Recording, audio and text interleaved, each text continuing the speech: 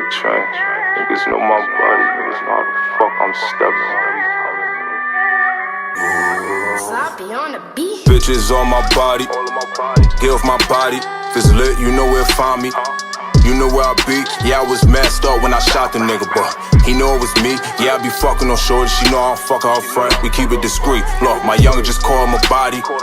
He hype with that body. Niggas is capped, they now in that time. They now in that time. They not in these streets. I put a bag up to get the nigga hit, but bro, he did it for free. Yeah, we be sliding on niggas. They know we ain't playing with niggas, we playing for keeps. Told my little nigga hit him up. He in love with drilling, he don't get enough. He said I caught him on the second spin. He was on the corner like a sin duck. Puffed the car, left the engine running. Shit, he came back happy with an empty gun. Niggas know the way my God steppin'. If I say it's up, it means it's really up. Caught him lacking while he in the club. We be hopping niggas like a city bus. Every song I be reminding niggas I was in the trenches, cause I really was. If I call you bro, that mean I really love you. Shit, I treat my niggas like they really blood. Ain't too many y'all can really trust. Ain't too many y'all can really trust. Pussy good, I pay for shorty, got her ass, stomach, and her titties done. I'm not these rap niggas out here comparing real niggas to these silly ones. Be a nigga like a billy club. Word to mommy, we be smoking ops. First we rolled up, then we lit 'em up. Word to mommy, I keep a Glock. Word to mommy, it's in the booth. Hit the engineer if he try to plot. Word to mommy, I don't move without it. Be on me even when you think it's not. Word to mommy, big dread. Word to Favi, shitting on a porta potty. In my ops for Punani, you already know my body, nigga. Bitches all on my body.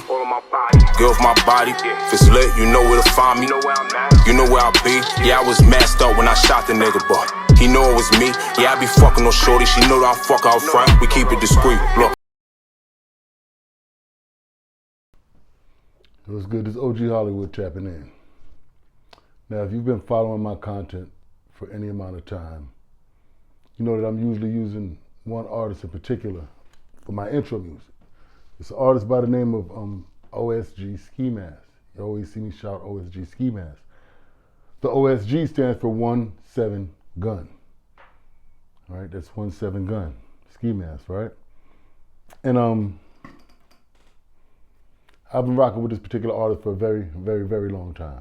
You know, anybody that knows me knows who this artist is and how close they are to me. Okay. Now there's a podcast out on the West Coast called No Jumper. It's a very popular podcast, and one of the hosts in No Jumper is a racist dude. But the irony of it is, it's not the white dude over there that's racist. It's the African dude. He doesn't like black Americans for whatever reason, but he capitalizes off of our culture, and he eats off of our culture, but he doesn't particularly like black Americans. He's made this clear on several occasions.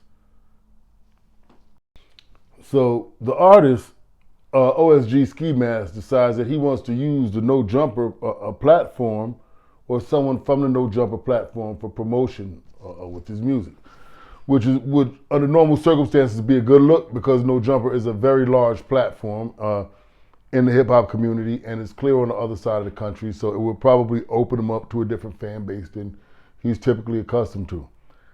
The only problem is he decided to use the racist guy, Poetik Flakko. And Poetik Flakko took the opportunity to scam this young man and take advantage of him. What I mean by scam him and take advantage of him is he sent him a sample of what the promotional ad would look like. And here it is. Only problem is, when he actually ran the ad, that's not what he ran. He ran this ad here.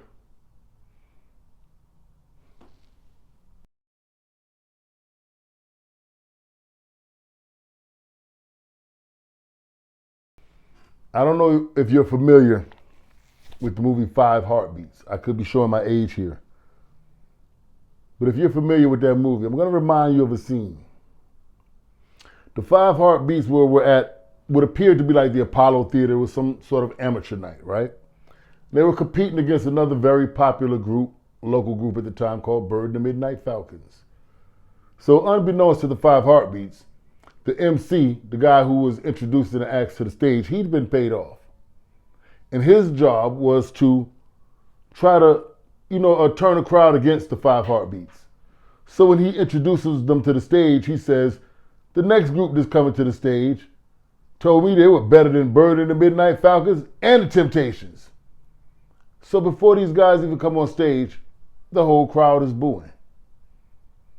because he's making it appear as though they oversold themselves. Nobody likes someone who oversells themselves.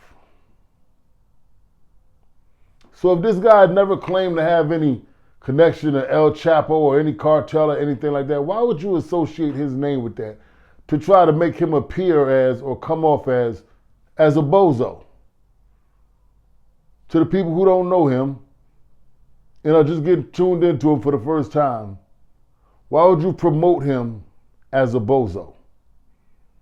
Why would you take someone's money, show them a valid promotional ad, say, hey, this is what I'm going to put on my page of you, and then after you get their money, you run an ad that makes them the subject of ridicule? That's called scamming.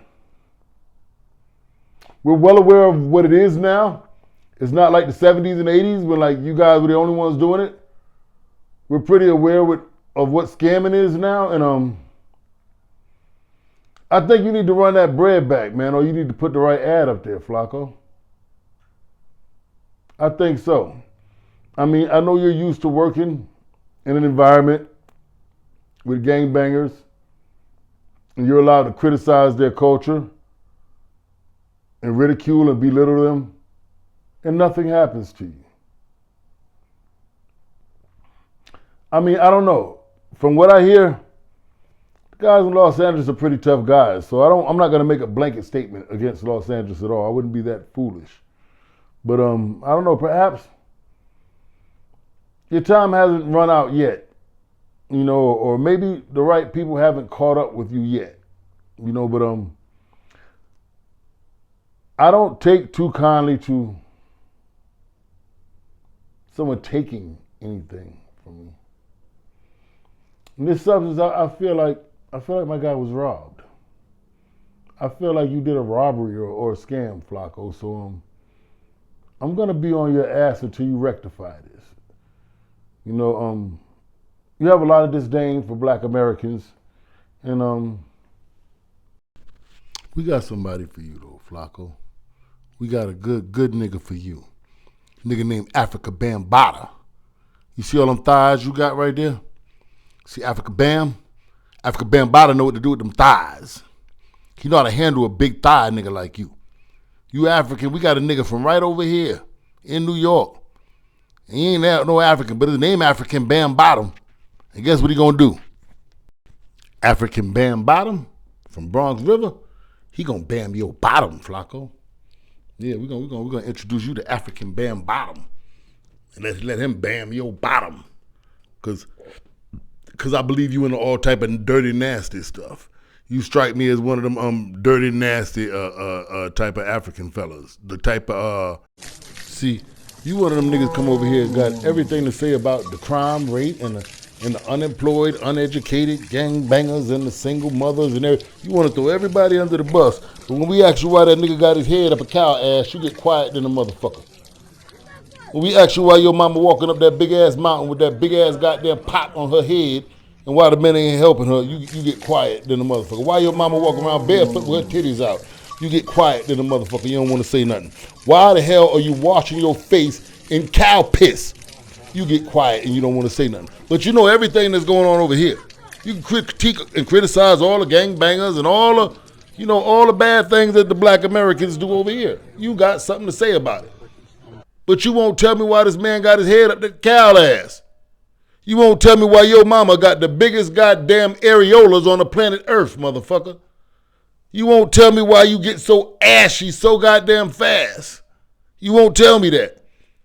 You won't tell me why your thighs are so goddamn big and why African Bambaataa would have such a good time with your thighs. Bruh, I wouldn't even do nothing violent to you. If I ever seen you, I would sit there and I would pull out my phone and I would call back to the Bronx and try to find somebody who got African Bambaataa phone number. And I would take a picture of your thighs and send them to African Bambaataa. And then I would let him do whatever he do from there. I'm not going to give him no instructions. I'm not going to tell him to do nothing bad to you. I'm not going to say nothing. I'm just going to send African Bambaataa a picture of your thighs and let him do whatever he chooses to do, and your mouth. because you got a real wide mouth. Yeah, you got a real wide mouth. Your mouth wider than the average black American man. I don't know what kind of mouth that is y'all got coming from over there, but you got a wide mouth. See, we don't duck no racial smoke over here. We grew up in New York City with every racial, ethnic background you could possibly imagine. So I got jokes for every last one of you motherfuckers, because I know everybody over here got jokes for a black American. Oh yeah, every nationality, every minority has a derogatory term or slang word that they use to describe a black American man. I know this. I'm very well aware of this. I grew up around this. So when somebody like that play with me, I got all the smoke in the world for their fat thigh ass right back.